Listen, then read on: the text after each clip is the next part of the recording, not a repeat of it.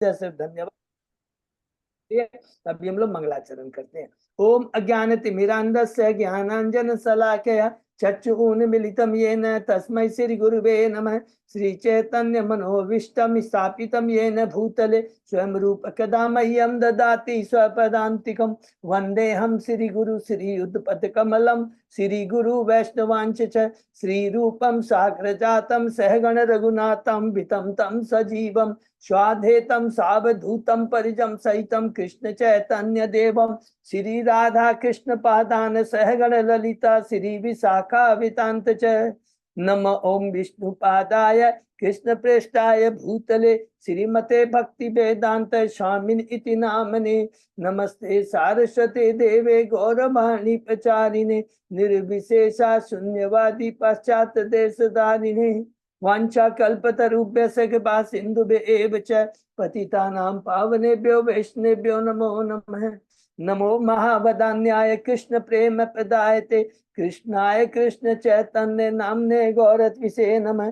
हे कृष्ण करुणा सिंधु दीन बंधु जगतपते गोपेश गोपिका कांत राधा कांत नमस्तुते।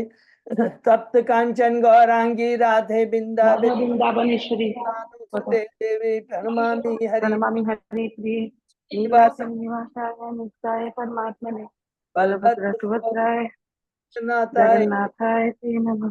जय श्री कृष्ण चैतन्य प्रभु नित्यानंद शिवाचार्य मुखम करोति वाचालं पंगुलंगे गिरिं यत्कृपातमहं वन्दे श्री गुरुमदीनतारिणं परमानंद माधवं श्री चैतन्येश्वरं। हरे कृष्ण कृष्ण कृष्ण हरे हरे हरे राम राम राम हरे हरे। श्री श्री मंगलाचरण की जय, शिला प्रभुपाद की जय। हरे कृष्णा। आज के इस भागवतम चर्चा में सभी भक्तों का हार्दिक स्वागत है। सभी भक्तों के चरणों में मेरा सादर दंडवत प्रणाम है। गुरु आचार्य परम वैष्णव परम साधु श्री भगवान राधा गोविंद श्री राधा माधव की असीम कृपा से हम सब भक्त लोग मिलकर श्री भागवत के ऊपर चर्चा कर पा रहे हैं। अभी हम कैंटो 6 के 12वें अध्याय में, बहुत ही सुंदर अध्याय वृत्तासुर की यशस्वी मृत्यु, उसके पहले 11 अध्याय समाप्त किए। संक्षेप में दोहराते हैं। प्रथम 3 अध्याय में अजामिल की कथा, भगवान की भक्ति, भगवान के भक्त की दिव्यता का बारे में यहाँ पर सुखदेव गोस्वामी जी परीक्षित महाराज को बताते हैं। जब परीक्षित महाराज प्रश्न करते हैं कि जीवों को नरक में बचाने से कैसे बचाया जा सके, उत्तर में कहते हैं एकमात्र राम बाण दवा है, वो हरि नाम की भक्ति है, जिस वह प्रायश्चित की सबसे उत्तम विधि है। इससे पाप नष्ट होते हैं, पाप करने की प्रवृत्ति नष्ट होती है और भगवान का कृष्ण प्रेम प्राप्त होता है। उदाहरण में अजामिल की कथा, बहुत सुंदर कथा सुनाते हैं कि जिसका पुत्र का नाम उसने भगवान की अहेतु की कृपा से उसने नारायण रखा था, वो एक वैश्या के संशय में आके पाप कर्म में पूरा लग गया था। विष्णु दो दंड देने के लिए यमराज को ले जाने के लिए आते हैं, लेकिन उसी समय उसने हरि नाम का, नारायण का उच्चारण किया, तुरंत वहां पर विष्णु दूत भी आ जाते हैं। और यमदूत और विष्णु दूत में तर्क वितर्क होता है धर्म के बारे में कि धर्म क्या है। यमदूत कहते हैं जो शास्त्रों के द्वारा अनुमोदित है वह धर्म, उसके विपरीत अधर्म है। और उसके बाद में कहते हैं कि इसने इतने पाप कर्म किया, इसका प्रायश्चित नहीं किया है। जैसे ही कहता है प्रायश्चित नहीं किया, इसलिए हम उसको यमराज के पास ले जाएंगे। दूसरे अध्याय में प्रवेश करते हैं। शीर्षक विष्णु दूतों द्वारा अजामिल का उद्धार, बहुत ही सुंदर है। इसमें विष्णु दूत कहते हैं तुम लोग कहते हो इसने प्रायश्चित नहीं किया, कैसी बात कर रहे हो।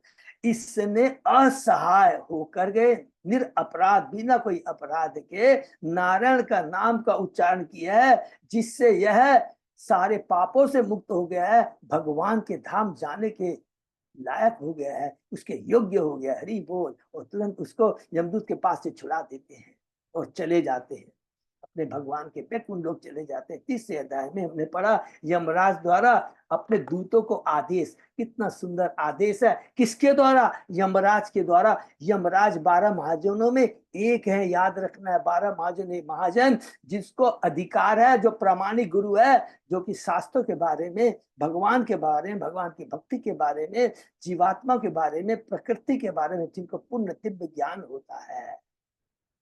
तो वही कहते हैं कि हे मेरे यमदूतों, मैं केवल वास्तविक नियंत्रक नहीं हूं, असली नियंत्रता तो मेरे कृष्ण भगवान विष्णु हैं। इंद्र, शिव, ब्रह्मा, मैं सभी उनके नियंत्रण में है। इसलिए कृपा कर करके उन लोगों के पास कभी मत जाना जो भगवान की भक्ति करते हैं, भगवान से जुड़े हुए, जिनके सदैव सिर सदैव भगवान के चरणों में ही समर्पित रहते हैं, क्योंकि वे भगवान के द्वारा सुरक्षित रहता है, भगवान की गदा द्वारा सुरक्षित रहते हैं। उन्हीं लोग को लेके आना जो भगवान की भक्ति नहीं करते। वो सुंदर यहाँ पर बहुत ही अच्छे ढंग से सुखदेव गोस्वामी जी ने अजामिल के माध्यम से भगवान की भक्ति, भगवान के भक्तों के बारे में बताया है। चौथे अध्याय में प्रजापति दक्ष द्वारा भगवान से की गई हंसगुई प्रार्थना, जिसमें हमने पढ़ा कि किस प्रकार दक्ष भगवान की विद्याचंचल में जा कर करके वहां पर भगवान की भक्ति करता है, भगवान को प्रसन्न करता है, भगवान की प्रार्थना करता है। ऐसे बोलेंगे भगवान की प्रार्थना करता है, भगवान की कृपा प्राप्त करने के भगवान आते हैं, कहते हैं तुमसे मैं बहुत प्रसन्न हूँ और तुम एक काम करो, पंचजन की पुत्री अक्षनी से तुम जनसंख्या की वृद्धि करो। 5वें अध्याय में प्रवेश करते हैं।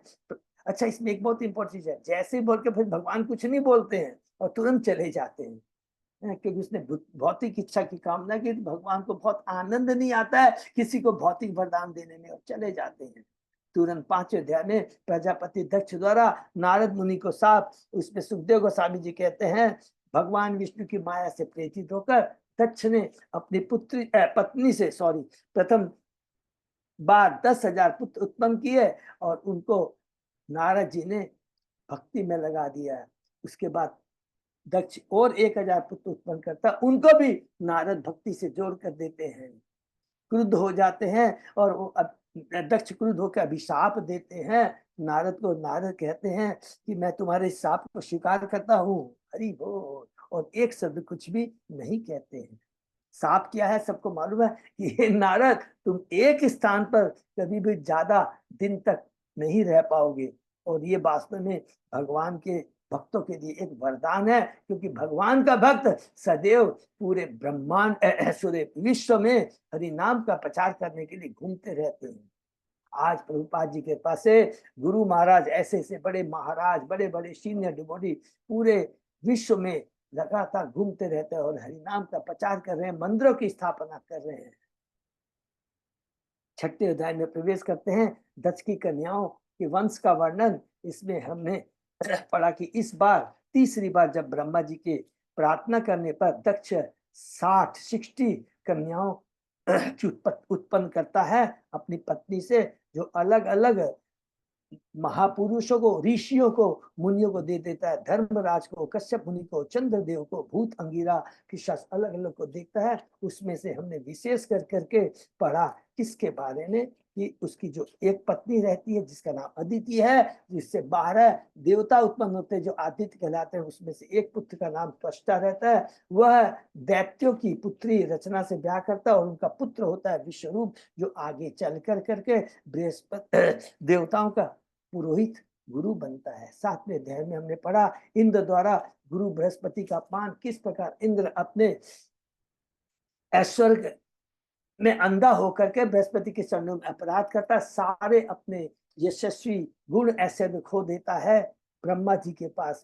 और उसके बाद असुर किस प्रकार उन्हें आक्रमण करके उसके राज्य को, उसके पद को छीन लेते हैं, और उसी लहूलुहान घायल अवस्था में सभी देवता ब्रह्मा जी के पास में आते हैं। ब्रह्मा जी उन्हें फटकारते हैं कि तुमने लोगों ने एक परम ब्रह्म ज्ञाता इंद्रियों को वश में रखने वाले देवताओं के गुरु बृहस्पति का अपमान किया। कोई बात नहीं, तुम तुरंत विश्वरूप के पास में जाओ। और देवता उनकी आज्ञा के अनुसार, ब्रह्मा जी की आज्ञा के अनुसार विश्वरूप के पास जाते हैं और उसे अपना गुरु स्वीकार करते हैं और विश्वरूप भी राजी हो जाता है।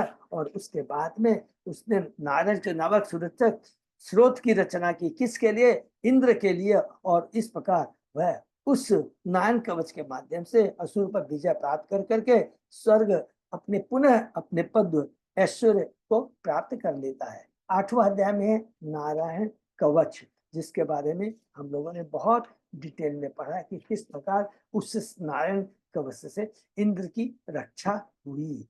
इंद्र को अपना खोया हुआ पद प्राप्त हुआ। 9वां अध्याय में है वृत्तासुर का आविर्भाव। इसमें हमने पढ़ा कि जब त्वष्टा को पता सॉरी इसमें हमने पढ़ा कि एक दिन इंद्र देखता है कि उसके गुरु विश्वरूप यज्ञ की जो आहुति दे रहे हैं उसमें देवताओं की आहुति के साथ साथ चोरी चोरी असुर के नाम की भी आहुति दे रहे हैं। क्रोधित हो जाता है और विश्वरूप के जो 3 सर होते हैं उसको काट देता है और उसे जो पाप लगता है उस पाप को वो 4 जनों में पृथ्वी, जल, वृक्ष और स्त्रियों में बांट देता है। इसका हमने डिटेल में पढ़ा। और उसके बाद में त्वष्टा नाराज हो जाता है, उसे पता लगता है कि इंद्र ने उसके पुत्र विश्वरूप को मार दिया है। तुरंत एक यज्ञ करता है और उसमें उस यज्ञ में इस इच्छा से यज्ञ करता है कि उसे एक ऐसा पुत्र प्राप्त हो जो इंद्र का वध कर सके। लेकिन चूंकि मंत्रों का गलत उच्चारण करने के कारण उसे एक ऐसा पुत्र मिला जो इंद्र द्वारा मारा जा सके। तो उस यज्ञ से एक महान असुर पैदा हुआ जिसका नाम है वृत्तासुर। और वो जिस प्रकार देवताओं को प्रताड़ित करने लगा, देवता घबरा गए और वो घबरा कर करके उसके बाद में भगवान विष्णु के पास जाते हैं, भगवान से प्रार्थना करते हैं। भगवान कहते हैं कि ठीक है, तुम लोग एक काम करो, मेरे एक परम ज्ञानी तपस्या एवं सिद्ध पुरुष है, मेरा भक्त है, दधीची के पास जाना और उससे कहना कि तुम अपना शरीर त्याग दो जिससे हम आपके शरीर की जो हड्डियां हैं उससे वज्र बना सके और उस वज्र के द्वारा तुम वृत्तासुर को मार सकोगे। हम लोग 10वें अध्याय में प्रवेश करते हैं। देखा कि किस प्रकार भौतिकता से ग्रस्त होकर इंद्र सभी देवताओं के संग में दधीची के पास जाता है। देखिए कैसा मनुष्य किस लेवल तक गिर जाता अपने स्वार्थ के लिए। दधीची के पास जाकर के कहता है आप अपना शरीर हमें दे दीजिए और जरा भी हिचकते नहीं है। और दधीची कहते हैं, दधीची तो मालूम है कि ये भगवान का आदेश है, भगवान ने उसे भेजा है। एक बार तो वो हंसी में मजाक में उसे मना कर देते हैं और कहते हैं तुम धर्म की बातें कहो। लेकिन बाद में वो राजी हो जाता है और कहता है ये शरीर किस काम का है, ये किसी भी क्षण मर सकता है, इसलिए हम मैं अवश्य अपना ये शरीर तुम्हें दूंगा। और उन्होंने अपनी आत्मा को श्री भगवान के चरणारविंद में रखकर पंचभूत से निर्मित अपने स्थूल शरीर को त्याग दिया। हरि बोल, बहुत सुंदर है। और उसके बाद में किस प्रकार इंद्र विश्वकर्मा के द्वारा उनकी दधीची की हड्डियों से एक वज्र तैयार करता है और उसको वज्र को लेकर करके वह असुरों से युद्ध करने के लिए जाता है। उसके वज्र में इतनी शक्ति थी और वो युद्ध करते। देखिए अभी उसने क्या किया है, उसने अपनी वज्र नहीं चलाया है, वो खाली युद्ध कर रहा है क्योंकि वो वज्र की शक्ति से उसके पास में गदा थी और उसने क्या किया, देवताओं के विरुद्ध युद्ध छेड़ दिया। असुर भागने लग गए।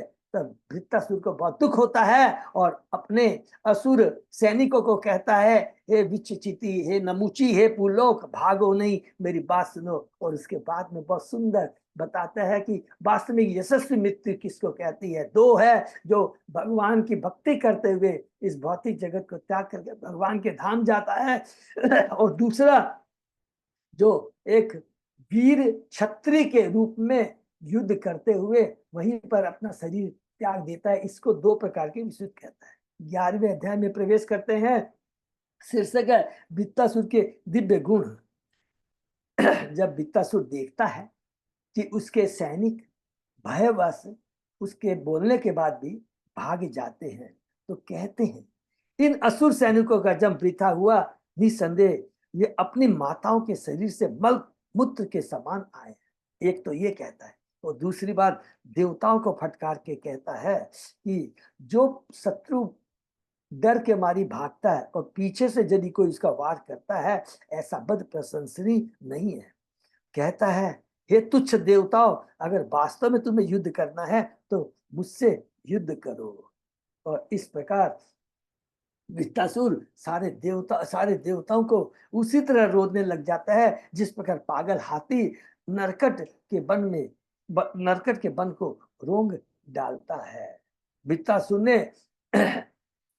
इंद्र पर वार किया।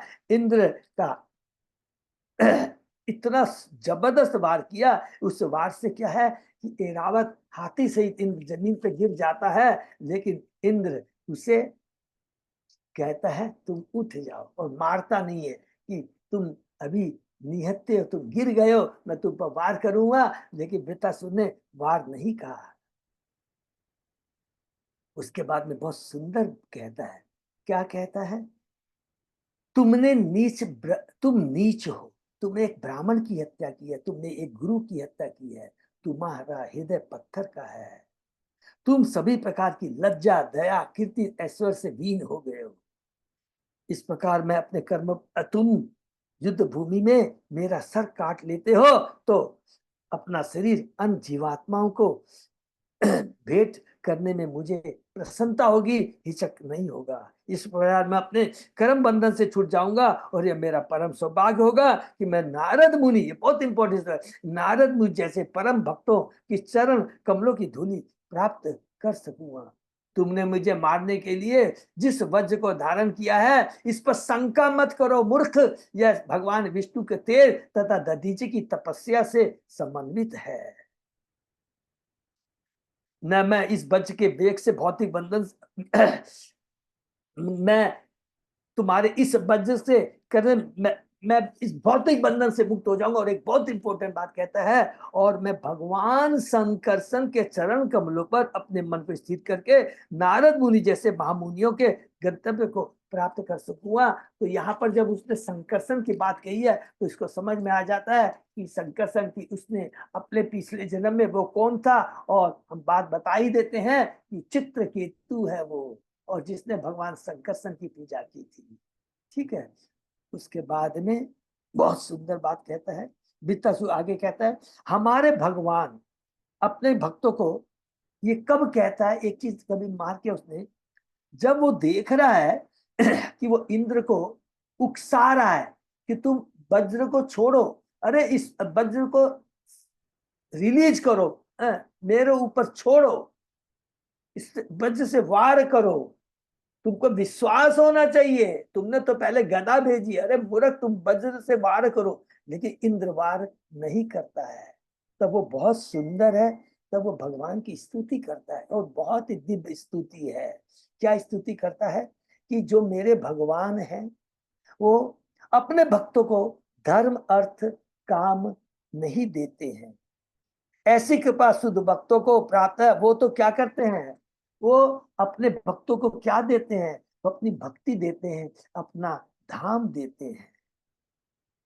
तो प्रभुपाद जी कहते हैं, यदि कोई भगवान से भौतिक लाभ चाहता है तो भगवान उसे अवश्य प्रदान करते हैं। उदाहरणार्थ इंद्र भक्त होकर के भी भौतिक कामनाओं की इच्छा करता है, स्वर्ग में जाने की इच्छा करता है, किंतु शुद्ध भक्त होने के कारण वृत्तासुर ने ऐसी इच्छा व्यक्त नहीं की। और सच पूछा जाए तो वास्तव में इंद्र असुर है और वृत्तासुर सुर है। हरि बोल।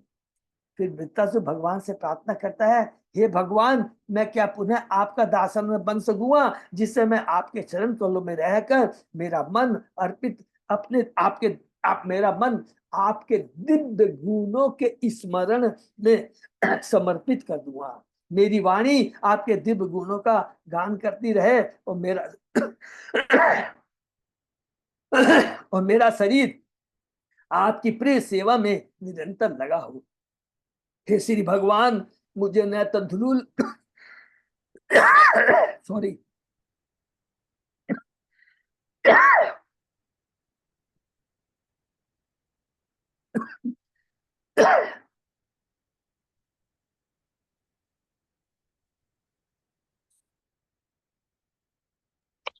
हरे कृष्णा प्रभु जी, आप पानी पीजिए थोड़ा सा गले में, ठीक रहे, गर्म पानी लीजिए थोड़ा सा।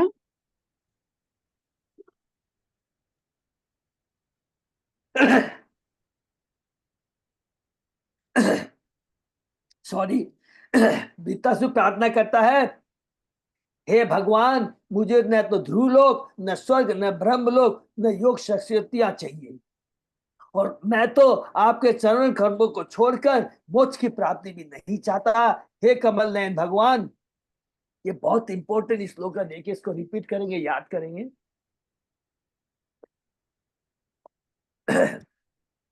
भगवान के पत्नी यानी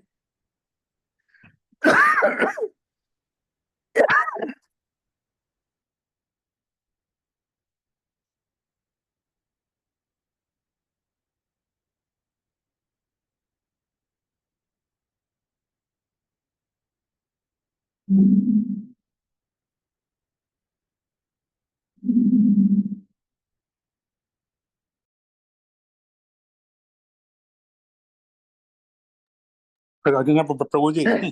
हरे कृष्णा, सॉरी प्रभु।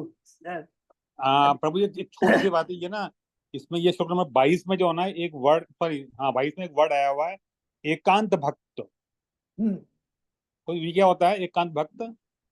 एकांत भक्त का होता है प्रभु, अन्य अभिलाषिता शून्य ज्ञान कर्मादि अनावृतम का मतलब होता है एकदम उसका व्यवसायिक बुद्धि, एकदम उसकी बुद्धि कृष्ण में केंद्रित होती है और इधर उधर कोई चीज की इच्छा नहीं होती। ठीक है प्रभु। परम शुद्ध भक्त, परम शुद्ध भक्त। ठीक है प्रभु।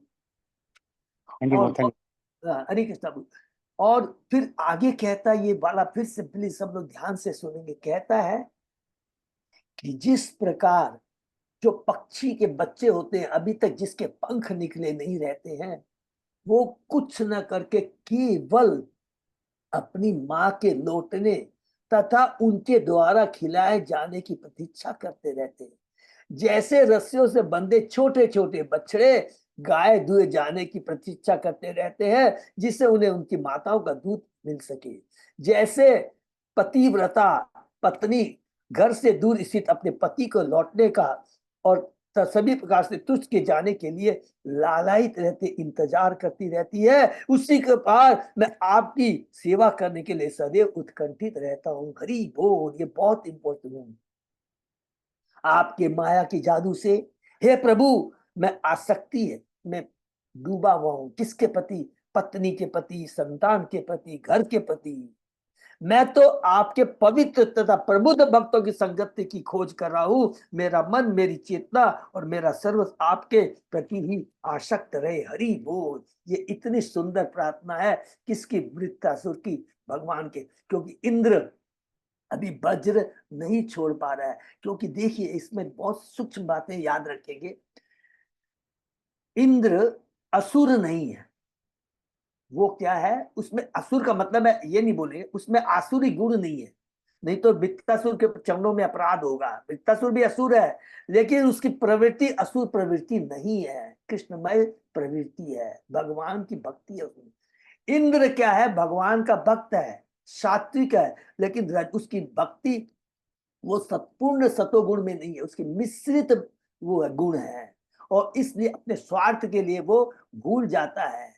और लेकिन जब देखता है कि इतनी सुंदर वृत्तासुर बातें कर रहा है, तो एक बार सोचने लगता है कि मैंने तो ऑलरेडी इतने अपराध किए हैं, गुरु का अपराध किया है, गुरु को सर काटा है, बृहस्पति का चरणों में अपराध किया है, तो इसको मारू कि नहीं मारू। लेकिन वृत्तासुर उकसाता है उसको, इंद्र वज्र नहीं चलाता है। तब वो ये प्रार्थना करता है। तो 12वें अध्याय में हम जैसे ही प्रवेश करते हैं, बहुत सुंदर लिंक है। जब वृत्तासुर देखता है कि इंद्र वज्र को छोड़ने के लिए तैयार नहीं होता है, तब वो खुद अपना त्रिशूल फेंकता है। स्टार्टिंग होता है अध्याय 12, वृत्तासुर की यशस्वी मृत्यु। ये बहुत इंपॉर्टेंट पॉइंट है। उसने पूरा प्रयत्न किया कि वृत्तासुर कि इंद्र मेरे ऊपर वज्र फेंके और उस दिव्य वज्र से मैं मृत्यु को प्राप्त होकर भगवान के धाम जाऊंगा। वो दिव्य ब्रज है। जब देखता है इंद्र वज्र नहीं छोड़ा, तो उसने अपना त्रिशूल छोड़ना शुरू कर दिया, किंतु इंद्र ने अपने वज्र से उसे नष्ट कर दिया और वृत्तासुर की एक भुजा काट ली। एक हाथ के कट जाने पर भी वृत्तासुर ने इंद्र पर आक्रमण किया और इंद्र के हाथ से वज्र छूट गया। हरि बोल। किंतु वृत्तासुर ने लज्जा रहित इंद्र को वज्र उठाने के लिए कहा और कहा मुझे मारो। फिर वृत्तासुर इंद्र को एक शिक्षा देता है, वो बहुत सुंदर शिक्षा है जो कल हम लोगों ने पढ़ा। क्या देता है? वास्तविक भोक्ता भगवान है और वही वास्तविक में विजय पाने के योग्य है। हम भौतिक जगत में बहुत चेष्टा करते हैं विजय पाने की, लेकिन हमारे हाथ में नहीं है। कभी हार जीत, कभी लाभ, कभी हानि, कभी जय और पराजय चलती रहती है। लेकिन भगवान के अतिरिक्त किसी के भी विजय निश्चित नहीं है। वही उत्पत्ति पर स्थिति के कारण है। इस ब्रह्मांड के समस्त लोकों के, समस्त जीवों के तथा समस्त लोकपालों के, सभी लोकपाल के वो मालिक हैं, सभी उनके बस में है। वे जाल में पकड़े गए उन पक्षियों के समान है जो स्वतंत्रता पूर्वक विचरण नहीं कर सकते। हम लोग कितना ही सुविधा प्राप्त हो जाए, हम सोचते हैं हम स्वतंत्र हैं, लेकिन वास्तव में स्वतंत्र नहीं है। हम इस भौतिक जगत रूपी जाल में फंसे हुए हैं। हम सभी परम नियंता श्री भगवान की इच्छा कठपुतली से नाचते हैं। कोई भी स्वतंत्र नहीं है। यहाँ तक कि तीनों पुरुष, कानोदक्षाय विष्णु, क्षीरोदक्षाय विष्णु, गर्भोदक्षाय विष्णु, प्रकृति, समग्र सृष्टि, पांचों भौतिक तत्व, इंद्रिया, मन, बुद्धि, चेतना, भगवान के आदेश के बिना भौतिक जगत की सृष्टि नहीं कर सकते हैं। हरि बोल। तो ये क्या है? ईश्वर तत्व, जीव तत्व के बारे में विस्तार बताया। इसके आगे वो क्या कहता है हम लोग पढ़ेंगे। ओम नमो भगवते वासुदेवाय। ओम नमो भगवते वासुदेवाय। ओम नमो भगवते वासुदेवाय। नारायण नमस्कृत नरं चैव नरोत्तमं देवी सरस्वती व्यासं ततो जयं उदीरये। नष्टायेषु अभद्रेषु नित्यं भागवत सेवया भगवती उत्तम श्लोके भक्ति भवति नैष्टिकी। कृष्णाय वासुदेवाय देवकी नंदनाय च नंद गोप कुमाराय गोविंदाय नमो नमः। आराधयो भगवान भजेश तनय ततदाम वृंदावनम रमया काचित उपासना व्रजवधू वर्गेण्य कल्पिता। श्रीमद्भागवतम प्रमाणम अम्लम प्रेमा पुनतो महान। श्री चैतन्य महाप्रभो मतमिदम तत् आदरो न पर।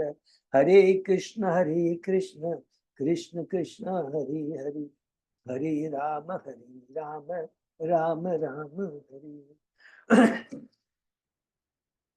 कैंटो 6 अध्याय 12 शीर्षक वृत्तासुर की यशस्वी मृत्यु, श्लोक number 12। Okay, thank you so much प्रभु, अजय प्रभु। तो श्लोक नंबर 12 से शुरू करते हैं। अविद्वानो एवं आत्मानं मन्यते अनिशम ईश्वरम भूते सृजति भूतानि ग्रस्तितानि ते स्वयं। ज्ञान रहित मूर्ख व्यक्ति श्री भगवान को नहीं समझ सकता। ज्ञान रहित वह शाश्वत अधीन रहकर भी अपने आप को झूठे ही परम महत्व, इसको अंडरलाइन कर लेंगे प्लीज, बहुत इंपॉर्टेंट है कि वह शाश्वत अधीन रहकर जीवन स्वरूप कृष्ण नित्य दास, नित्य वर्ड लिखा हुआ है इसमें, नित्य दास रहने के बाद, अधीन होने के बाद भी वह झूठा स्वांग रचता है कि वह स्वतंत्र है, अपने को महान मानता है। यदि कोई यह सोचे कि अपने पूर्व कर्मानुसार उसका शरीर उसके माता पिता था उत्पन्न किया है और उसी शरीर को दूसरा कोई शरीर विनष्ट कर देता है, जैसे बाघ दूसरे पशु को निकल जाता है, तो यह सही ज्ञान नहीं है। श्री भगवान स्वयं सृष्टि करते हैं और अन्य जीवों के द्वारा जीवों को निगलते रहते हैं, एक जीवों से दूसरे करते हैं। यही चीज याद है कपिल देव ने माता देवहूति को ज्ञान दिया था, बहुत सुंदर ज्ञान है कि किस प्रकार अलग अलग चेतनाओं के जिसकी जैसी जैसी चेतना होती है उसी के साथ उनके संग व्यवहार करना चाहिए। ये भगवान द्वारा नियोजित है और उसी प्रकार किस प्रकार एक जीव दूसरे जीव का शिकार बनता है, ये भगवान द्वारा नियोजित है। हमको अपने मन से इसमें कोई भी डिस्टरबेंस, उसमें चेंज लाने का प्रयत्न नहीं करना चाहिए। इसलिए मनुष्य को भगवान ने उच्च कोटि की चेतना दी है, तो उसको क्या है, उसका सदुपयोग करना है। उसको नॉन वेज खाने के लिए नहीं, नशा करने के लिए नहीं, जुआ खेलने के लिए नहीं, अवैध संग करने के लिए नहीं दिया गया है, अदरवाइज वो पशु के समान है।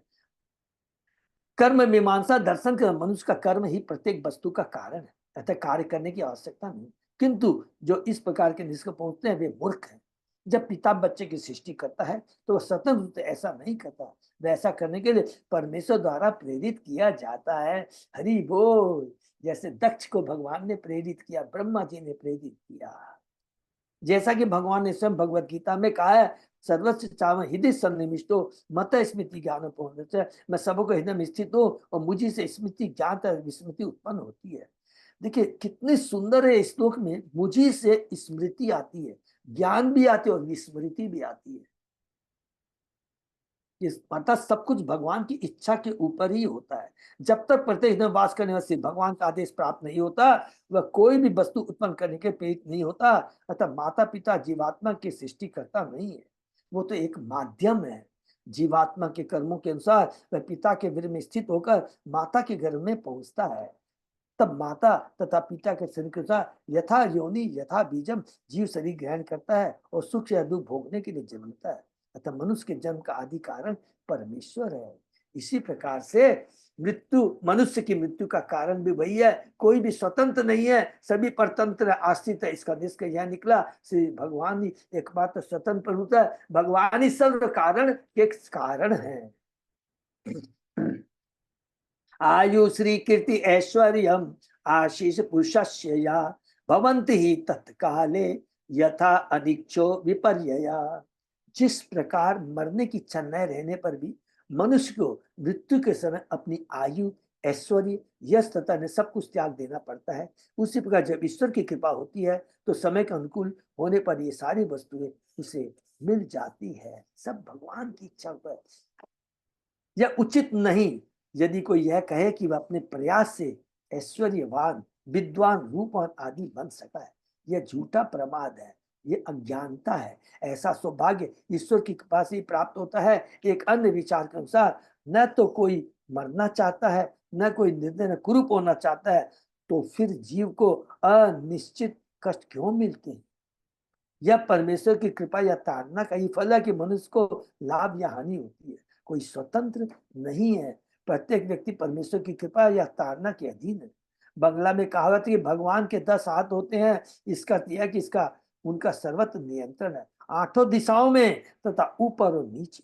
यदि वे अपने 10 हाथों से हमसे सब कुछ छीन लेना चाहते हैं तो हम अपने 2 हाथों से कुछ भी नहीं बचा पाएंगे। हरि बोल। इसी प्रकार यदि वे अपने 10 हाथों से हमें आशीष देना चाहेंगे तो हम अपने 2 हाथों से कैसे प्राप्त कर सकेंगे? अर्थात आशीष हमारी इच्छाओं से बढ़कर। यद्यपि हम नहीं चाहते कि हमें अपनी संपत्ति से विलग किया जाए, किंतु कभी भगवान उसे बलपूर्वक हमसे छीन लेते हैं और कभी हमको इतने वर देते हैं कि हम उन सबको ग्रहण नहीं कर सकते, संभाल नहीं पाते। अतः चाहे सुख हो या दुख, हम स्वतंत्र नहीं है, सब कुछ सिर्फ भगवान की इच्छा पर निर्भर है। ईश्वर तत्व के बारे में पुनः वृत्तासुर यहाँ बता रहे हैं, बहुत सुंदर। तस्मात् अकीर्ति यशस्सु जयापजयो अपि शम स्यात् सुख दुःखाभ्यां मृत्यु जीवितयो तथा। चूंकि प्रत्येक वस्तु सिर्फ भगवान की परम इच्छा पर निर्भर है, अतः मनुष्य को यश अपयश, हार जीत, जीवन मृत्यु तथा सुख तथा दुख में निश्चिंत रहकर समभाव बनाए रखना चाहिए। बहुत इंपॉर्टेंट शिक्षा है, प्रैक्टिकली बहुत डिफिकल्ट है, लेकिन जब भगवान कहते हैं, गुरु का आदेश है ये, तो हमें अवश्य ये चीज का पालन करना चाहिए और अवश्य सक्सेस होंगे। धीरे धीरे भले ही लगे, समय लगे, लेकिन डेफिनेटली हम इसमें सफलता प्राप्त कर पाएंगे। सत्वं रजो तम इति प्रकृति न आत्मनो गुणा तत्र साक्षिणम आत्मानम ये वेदश न वध्यते। जो पुरुष यह जानता है कि सतो रजो तमो गुण ये तीनों आत्मा के नहीं वरन भौतिक प्रकृति के गुण है। हरि बोल, बहुत इंपॉर्टेंट पॉइंट है। ये तीनों आत्मा की नहीं है, आत्मा तो सच्चिदानंद है, इसको याद रखना है। ये तो प्रकृति के 3 गुण हैं जो उस सच्चिदानंद आत्मा को बांध लेते हैं। जो यह जानता है कि शुद्ध आत्मा इन 3 गुणों के कर्म तथा बंधन का साक्षी मात्र है, उसे मुक्त पुरुष मानना चाहिए। वह इन गुणों से बंधा नहीं रहता। हरि बोल। भगवान ने भगवत गीता में व्याख्या के ब्रह्मभूत प्रसन्नात्मा न सोचती न कांचती समय सर्वति भूतेषु मद भक्ति लभते पराम। इंद्रियातीत मनुष्य को तत्काल परम माने 3 इंद्रियों से ऊपर जो इंद्रियों से ऊपर हो गया, 3 गुणों से ऊपर हो गया है, मनुष्य को तत्काल परम ब्रह्म की अनुभूति हो जाती है। वह न शोक करता है, वह न इच्छाई करता है, वह सब प्राणियों में सद्भाव रखता है। इस अवस्था में उसे मेरे शुद्ध भक्ति योग की प्राप्ति होती है। उस अवस्था में वो क्या करता है, वो भगवान से जुड़ जाता है, भगवान की भक्ति से जुड़ जाता है, भक्ति योग की प्राप्ति होती है, भगवान के धाम की प्राप्ति होती है। आत्म साक्षात हो जाने पर अर्थात ब्रह्मभूत अवस्था में मनुष्य जानता है कि जीवन काल में जो भी घटित होता है वो भौतिक प्रकृति के गुणों के दूषण कर्मश से ही होता है। जीवात्मा जो शुद्ध आत्मा है उनको इन गुणों से कुछ भी लेना देना नहीं। भौतिक जगत के झंझावाट में सब कुछ तेजी से बदल जाता है, किंतु यदि कोई मौन रहकर झंझावाट के कर्मों तथा बंधनों का निरीक्षण करता है तो उसे मुक्त हुआ समझना चाहिए। मुक्त आत्मा का असली गुण यह है कि वह माया के कर्म बंधन से अविचलित रहकर कृष्ण भक्त बना रहता है। ऐसा मुक्त पुरुष सदैव प्रसन्न रहता है, उसे न तो शोक होता है न किसी वस्तु की इच्छा होती है। क्योंकि परमेश्वर प्रत्येक वस्तु को देने वाले, अतः जीवात्मा को उन्हीं पर आश्रित रहकर अपनी इंद्रिय तृप्ति हेतु न तो विरोध करना चाहिए या कोई वस्तु स्वीकार करनी चाहिए, अप्रत्यय प्रत्येक वस्तु को ईश्वर का अनुग्रह मानते हुए प्राप्त करना चाहिए और समस्त परिस्थितियों में स्थिर चित्त बने रहना चाहिए।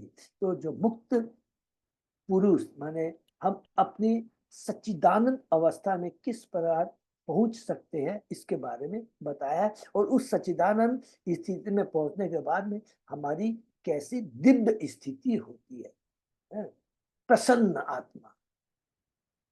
पश्य माम निर्जितम शत्रु वृकण आयुध भुजम वृधे घटमानम यथाशक्ति तव प्राण जिहीर्षया।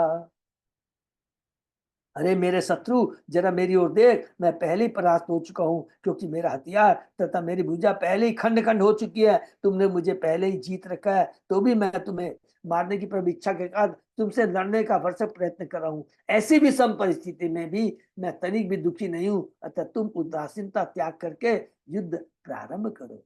वृत्तासुर इतना महान एवं बलशाली था कि वस्तुतः इंद्र के गुरु की भूमिका निभा रहा था। हरि बोल। इंद्र के गुरु की भूमिका निभा रहा था। वह यद्यपि हारने ही वाला था, किंतु इंद्र का शत्रु होने के नाते उसने इंद्र को मारने का भरसक प्रयत्न किया। इस प्रकार उसने अपना कर्तव्य निभाया। मनुष्य को चाहिए कि यह जानते हुए भी क्या परिणाम होगा, सभी परिस्थिति में अपना कर्तव्य करना चाहिए। जो कि भगवान ने अर्जुन को भी कहा था कि तुम क्षत्रिय हो और तुम्हें अपना कर्तव्य करना जरूरी है, लेकिन होना वही है। देखिए हर चीज में बहुत सूक्ष्म चीज है, उसको मालूम है अल्टीमेटली होने क्या है, लेकिन उसका जो कर्तव्य है वो कर रहा है। और इंद्र को भी कह रहा है, अरे मूर्ख, तेरा जो कर्तव्य तुमने कर, इसी के लिए तो तू भगवान के पास गया था कि मुझे मार सके, इसीलिए तो भगवान के पास गया था। इसलिए तू अपना भी कार्य कर, मैं भी अपना कार्य कर रहा हूँ। इसीलिए यहाँ पर वृत्तासुर को गुरु कहा गया है, एक गुरु की भूमिका निभा रहा है। प्राण गलो अयम समर ईश्वक्षो वाह नाशनः अत्र न ज्ञायते अमुष्य जयो अमुष्य पराजय।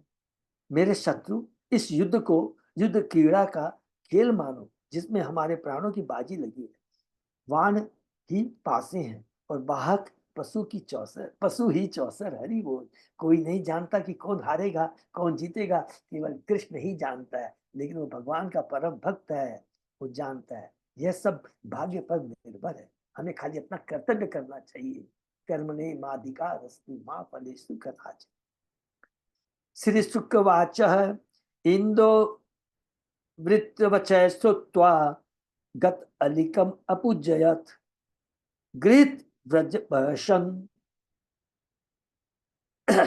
तमा गत विस्मय। सुखदेव गोस्वामी ने कहा वृत्तासुर के निष्कपट, देखिए वृत्तासुर के निष्कपट तथा साधु वचन सुनकर राजा इंद्र ने उसकी प्रशंसा की और अपने वज्र को पुनः हाथ में धारण कर लिया। इसके बाद बिना मोह या द्वैत भाव से वह हंसा और वृत्तासुर से इस प्रकार बोला। देवताओं में श्रेष्ठ राजा इंद्र को अपने शत्रु वृत्तासुर का उपदेश सुनकर आश्चर्य हुआ। वह चकित था कि असुर होकर भी कितने ज्ञान की बातें कर रहा है।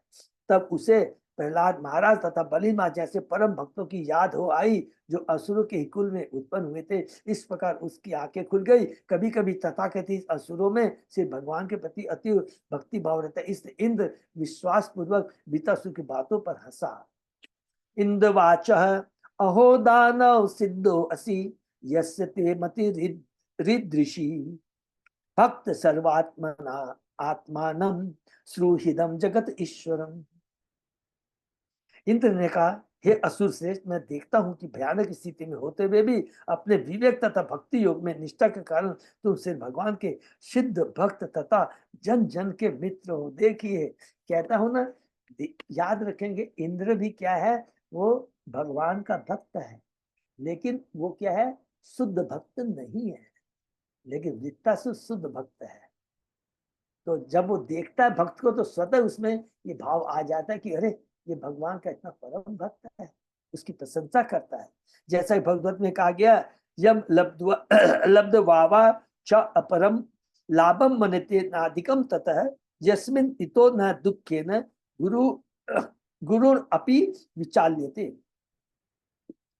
श्री कृष्ण भावना में इस प्रकार निष्ठ योगी तत्व से कभी विचलित नहीं होता और इस सुख की प्राप्ति होने पर वह उससे अधिक दूसरा कुछ भी लाभ नहीं चाहता है। ऐसी स्वरूप स्थिति को प्राप्त पुरुष बड़े से बड़े दुखों के बीच में भी विचलित नहीं होता।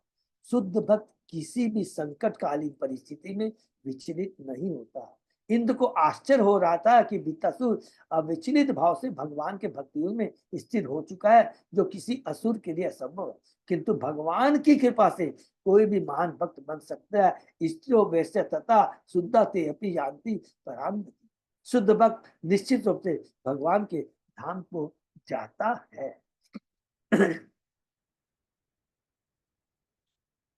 भवान अतार्सित मायाम वे वैष्णवीं जन मोहिनी यत विहाय आशुरम भावम महापुरुषताम गतः। तुमने भगवान विष्णु की माया को पार कर लिया, हरि बोल, और इस मुक्ति का तुमने आशीर्वाद का परित्याग करके महान भक्त पद प्राप्त कर लिया। ये कौन कह रहा है? इंद्र कह रहा है। तो इसमें एक चीज हम सोच सकते हैं, शुद्ध भक्तों की संगति का प्रभाव इंद्र के ऊपर देखिए। शुद्ध भक्त वृत्तासुर की संगति का कितना सुंदर प्रभाव पड़ा, इसको नोट कर लेंगे। जब हम शुद्ध भक्तों की संगति करेंगे तो 110% हमारी चेतना में परिवर्तन आना ही आना। भगवान विष्णु महापुरुष है, अर्थात जो कोई वैष्णव बन जाता है वह महापुरुष का पद प्राप्त कर लेता है। महाराज परीक्षित को यह पद प्राप्त था। पद्म पुराण में देवता तथा असुर का अंतर बताते हुए कहा गया कि देवता भगवान विष्णु का भक्त होता है, किंतु असुर उसका उल्टा होता है। विष्णु भक्त स्मृतो देव, आसुर तद्दीप पर्याय है। वृत्तासुर को असुर माना गया, किंतु वास्तव में वह भक्त अर्थात महापुरुष से कहीं अधिक योग्य था। यदि कोई किसी प्रकार से भगवान का भक्त हो जाता है तो चाहे उसका पद स्थिति जैसा भी हो, वह सिद्ध पुरुष के पद को प्राप्त हो सकता है। यदि कोई अमिश्रित भक्त इस प्रकार से भगवान की सेवा करने का प्रयास करे तो यह संभव है। अतः सुखदेव गोस्वामी ने श्रीमद् भागवतम में कहा गया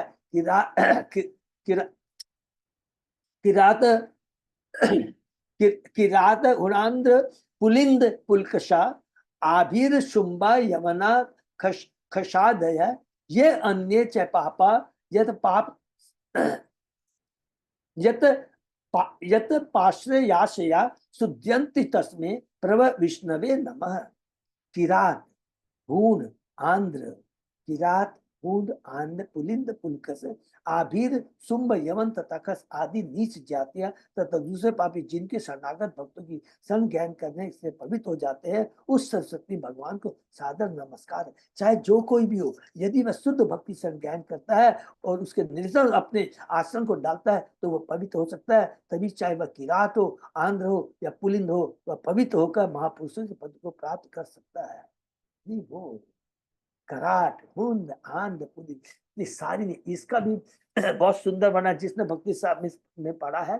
इसमें प्रभु पाजी ने बहुत डिटेल में उपदेशा मित्र के अंदर में बहुत डिटेल में बताया है। खलु इदम महत आश्चर्यम यत् रज प्रकृते तव वासुदेवे भगवती सत्वात्मनि दृढ़ामति।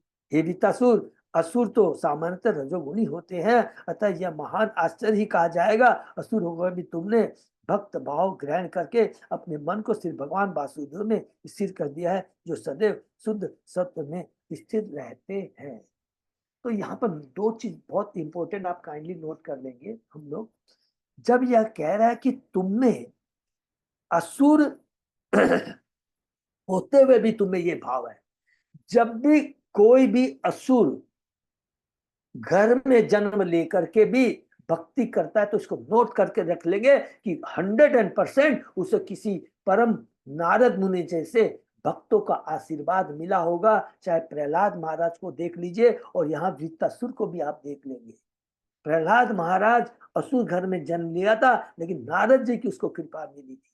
और यही वृत्तासुर भी पिछले जन्म में इसको भी नारद मुनि की कृपा मिली थी। भक्ति कभी विनष्ट नहीं होती है, चाहे किसी में, चाहे वो किसी भी योनि में जन्म ले। इवन आप देख लीजिए भरत महाराज को देख लीजिए, उसने भक्ति की थी, किसका आशीर्वाद था? भरत महाराज को। सबको तो बहुत क्लियर मालूम है किसका पुत्र है? भगवान ऋषभ का, भगवान ऋषभ देव का सबसे बड़ा पुत्र है। और स्वयं भगवान ऋषभ देव ने अपने 100 पुत्रों को ब्रह्मवर्त प्रदेश में शिक्षा दी, जिसे सबको याद है ना। तो बिना गुरु भगवान की कृपा के कुछ नहीं होता है। और जब एक बार गुरु भगवान की कृपा मिल जाती है तो ये याद रखेगा, किसी भी योनि में कभी भी कोई जन्म मिल जाए, भक्ति बनी रहती है। राजा इंद्र को आश्चर्य हो रहा था कि इसलिए इंद्र को आश्चर्य हो रहा था कि वृत्तासुर किस तरह महान भक्त का पद प्राप्त कर सका। जहां तक प्रहलाद महाराज की बात है, वे नारद मुनि द्वारा दीक्षित थे, अतः वे असुर वंश में जन्म लेकर भी परम भक्त हो सके। किंतु वृत्तासुर के विषय में इंद्र को कोई ऐसा कारण दृष्टिगोचर नहीं हुआ, इसलिए उससे आश्चर्य का वृत्तासुर ऐसा भक्त था जो अविचलित भाव से भगवान श्री कृष्ण वासुदेव में अपने मन को स्थिर कर सका। यस्य भक्ति भगवती हरो निश्रेयस ईश्वरे विक्रीडितो मृत अममोधो किम क्षुद्रे खातक उद्दके। जो मनुष्य परम कल्याणकारी परमेश्वर हरि की भक्ति में स्थिर है, मानो वह अमृत के समुद्र में तैर रहा है, उसके लिए छोटे छोटे गड्ढों के जल से क्या प्रयोजन। हरि बोल। वृत्तासुर ने पहले भागवत 6:11-15 प्रार्थना की थी, जो अभी हमने पढ़ा है। नाक पृष्ठम न पारमेश्चम न सार्वभौम न रसाधिपत्यम। मैं तो ब्रह्मलोक, सर्वलोक, यहाँ तक कि ध्रुवलोक के भी सुख की कामना नहीं करता। इस पृथ्वी या अधर लोक की तो बात ही नहीं है। मैं तो भगवान के धाम को जाना चाहता हूँ। यही शुद्ध भक्त का संकल्प है। शुद्ध भक्त इस संसार के उच्च पदों के प्रति कभी आकृष्ट नहीं होता। वह तो श्री भगवान की संगति में उसी प्रकार रहना चाहता है जिस प्रकार वृंदावन के वासी श्रीमती राधा रानी, गोपिया कृष्ण के पिता तथा माता नंद महाराज यशोदा, कृष्ण के सखा तथा उनके दास रहते थे। वह वृंदावन की कृष्णमय सुंदरता के साथ अपना सानिध्य चाहता है। श्री कृष्ण के भक्त की यही परम इच्छाएं हैं। भगवान विष्णु के भक्त भले ही अपने लिए वैकुंठ की प्राप्ति की कामना करते हो, किंतु कृष्ण के भक्त कभी ऐसी इच्छा नहीं करते। वे तो गोलोक वृंदावन वापस जाना चाहते हैं, जहाँ कृष्ण की लीलाओं को देख सके। कोई भी सांसारिक सुख गड्ढे में भरे हुए जल के समान है, किंतु वैकुंठ लोक में जो आत्म सुख प्राप्त होता है वह अमृत के समुद्र के समान है, जिसमें भक्त तैरता चाहता है। तो ये सबको समझ में आ गया ना, थोड़ी सी इसमें बहुत ज्यादा नहीं करेंगे। तो भक्त होते हैं जो भगवान के जो सायुज्य मुक्ति ये बोलेंगे सामीप्य, साष्टी, सालोक्य, सारूप्य से चाहते हैं। लेकिन जो भगवान का उच्च कोटि का परम भक्त होता है वो भी ये सारी चीजें नहीं चाहता है। ये कई बार प्रभुपाद जी ने कह दिया है, ठीक है ना। वो तो सीधा भगवान के गोलोक धाम में जाकर के अपने को भगवान की सेवा में नियुक्त करना चाहता है। श्री शुकवाचः इति ब्रुवाणो अन्योन्यम धर्म जिज्ञासया नृप युधाते महावीर्यो इंद्र वृत्रो युधामपति। सुखदेव गोस्वामी ने कहा, वृत्तासुर तथा राजा इंद्र ने युद्ध भूमि में भी भक्तियों के संबंध में बातें की और अपना कर्तव्य समझकर दोनों पुनः युद्ध में भिड़ गए। हे राजन, दोनों ही बड़े योद्धा और समान रूप से शक्तिशाली थे। आविद्य परिगम काशनारिम दमः इंद्राय प्राणी होत घोरम वाम हस्ते न मारिश। हे महाराज पच्चीस, अपने शत्रु को वश में करने में परम सक्षम वृत्तासुर ने अपना लोहे का परिध उठाकर चारों ओर घुमाया और इंद्र को लक्ष्य बनाकर अपने बाएं हाथ में उस पर फेंका, क्योंकि एक हाथ उसका काट लिया गया है। शातु वृतक से परिघम करम च करभोपमम चिच्छेद युगपद देवो ब्रजेन सत पर्वणा। इंद्र ने अपने सत पर्वन नामक वज्र से वृत्तासुर के परी तथा उसके बचे हुए हाथ को एक साथ खंड खंड कर डाला। दोभर्याम उत्कृत मूलाभ्याम वभो रक्त स्रवो असुर छिन्न पक्षो यथा गोत्र खाद्य भ्रष्टो वज्रिणाहत। जड़ से दोनों भुजाएं कट जाने से तेजी से रक्त बहने के कारण वृत्तासुर उड़ते हुए पर्वत के सुंदर लग रहा था, जिसके पंखों को इंद्र ने खंड खंड कर दिया था।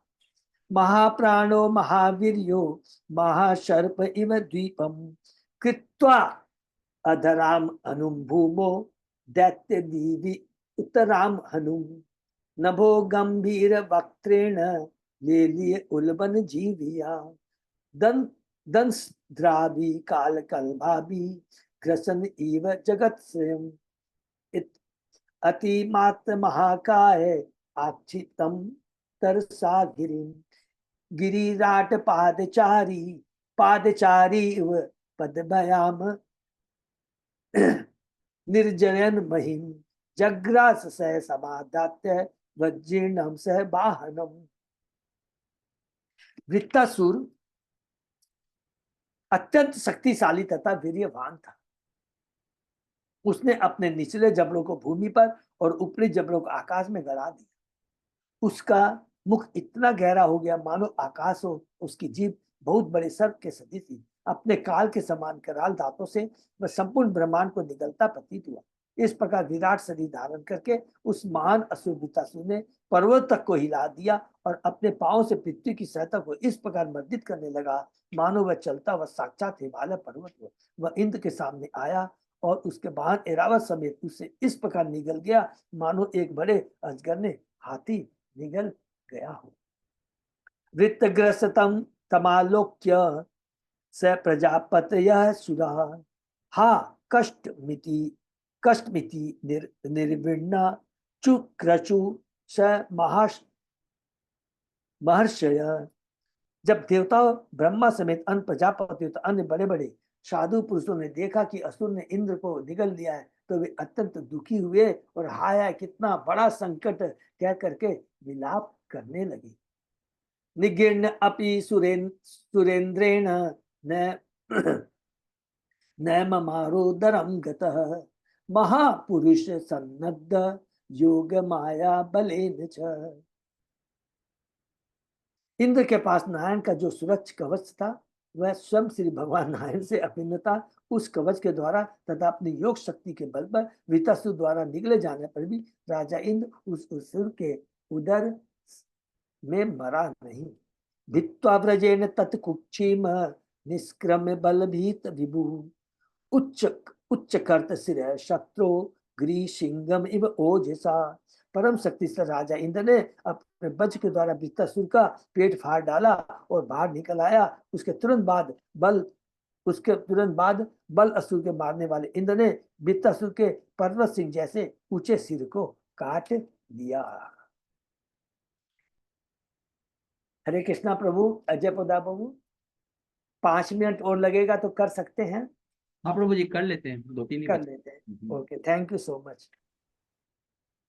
भजस्तु तत्कंदरन आसुवेग कितनं समन्तात् परिवर्तमानः न्यपातयत तावत अहगणेन यो ज्योतिषाम अयने वार्तहत्ये।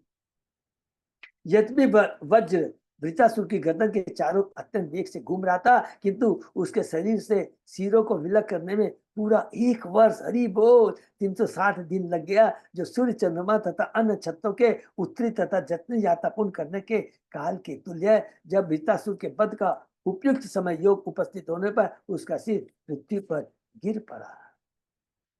तदा चखे दूध दुंदुभ्यो विनेदु गंधर्व सिद्धा सह महर्षि संगा वातगन लिंगे तम अभिष्टुवाना मंत्रे मुदा कुसुमे अभ्यवर्षण। ऋतासुर के मारे जाने पर गंधर्वों तथा सिद्धों ने हर्ष में स्वर्गलोक में दुदुम्बिया बचाई। उन्होंने ऋतासुर के संहर्ता इंद्र के सौदे का वेद सूत्रों से अभिनंदन किया। हरि बोल। उन्होंने ऋतासुर के संहर्ता इंद्र के सौदे का वेद मंत्रों से अभिनंदन किया और परम प्रसन्न होकर उस पर फूलों की वर्षा की। लेकिन ये किसकी? गंधर्व सिद्धों ने। लेकिन देखिए सब का देखिएगा भाव कैसा है कि सब क्या है कि अपनी सुरक्षा के लिए चिंता करते रहते। ओह, इंद्र ने उसको मार दिया, अब हम सुरक्षित रहेंगे। 1 मिनट इसमें थोड़ा सा लगेगा। जब नरसिंह भगवान ने हिरण्यकशिपु को मारा तो एक एक करके लोग आते हैं। एक तो बोलता है गंधर्व सिद्ध देवता सारे आते हैं, हे प्रभु आपने इस असुर को मार दिया, हम लोग इतने तकलीफ थे, हम लोग थे ये थे। भगवान प्रसन्न नहीं होते, कोई भगवान को प्रसन्न नहीं कर पाता है। ब्रह्मा जी को समझ में आ जाता है कि हम लोग सब गए, जितने भी अभी लोग गए हैं अपनी भौतिक कष्टों का रोना धोना कर रहे थे, तब वो जा कर करके प्रहलाद को आगे भेजते हैं। तब प्रहलाद चाहता है और भगवान उसके सर पर हाथ रखते उसको चाटते हैं, तब भगवान का क्रोध शांत होता। तो भगवान, और यहाँ पर भी कुछ समय पहले भी हमने पढ़ा है कि भगवान इंद्र से खुश नहीं थे कि तुमने तो भौतिक सुख मांगा है, मेरे जो शुद्ध भक्त होते हैं इस चीज की कामना नहीं करते हैं। ये हमेशा याद रखेंगे। वृत्ताश्च देहात निष्कांतम आत्मज्योति अरम अरमदम पश्यताम सर्वदेवानाम अलोकम समपद्यत। हे शत्रुओं को दमन करने वाले राजा परीक्षित, जब वृत्तासुर के शरीर के सजीव ज्योति निकल कर बाहर आई और श्री भगवान के परम धाम को लौट गई। हरि बोल। सभी देवताओं ने देखते देखते वह भगवान शंकर का पार्षद बनने के लिए दिव्य लोक में प्रसिद्ध हुआ। हरि बोल। श्री विश्वनाथ चक्री ठाकुर ने व्याख्या की है कि वास्तव में वृत्तासुर नहीं अपितु इंद्र द्वारा वे लिखते हैं कि जब वृत्तासुर ने हाथी समय इंद्र को निगल लिया तो उसने सोचा कि मैंने तो इंद्र को मार डाला, अतः जब लड़ने की कोई आवश्यकता नहीं है तब मुझे भगवान के परम धाम जाना है। इस पर सोचते उसने सारे शारीरिक कार्यकलाप बंद कर दिए और समाधि ग्रहण कर ली। इसका लाभ उठाकर इंद्र ने असुर का पेट फाड़ डाला और बाहर निकल आया।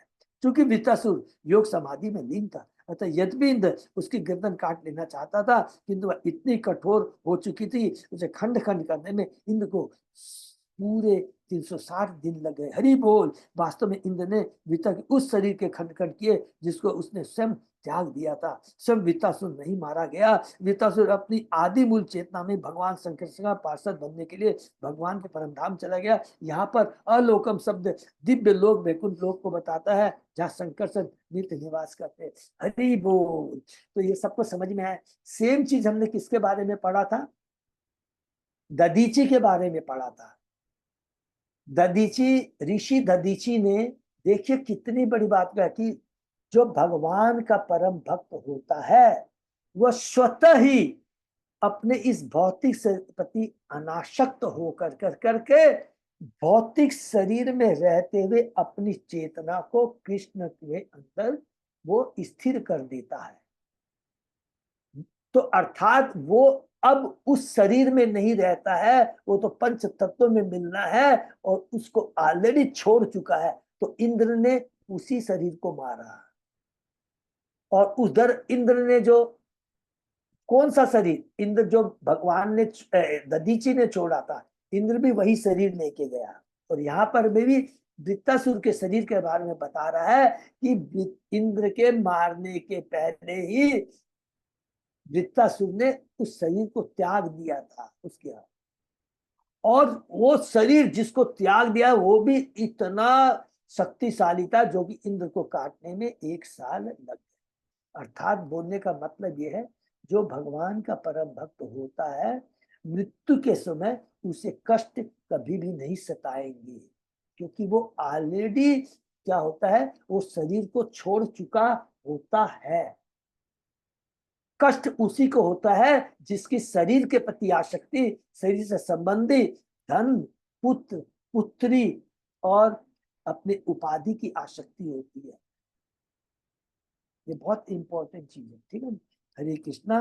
तो यहीं पर हम लोग विराम देते हैं इस पर भागवत के इसके अंदर का वृत्तासुर यशस्मितु शीर्षक 12वें अध्याय का भक्ति वेदांत तात्पर्य पूर्ण। तो यहाँ पर वृत्तासुर का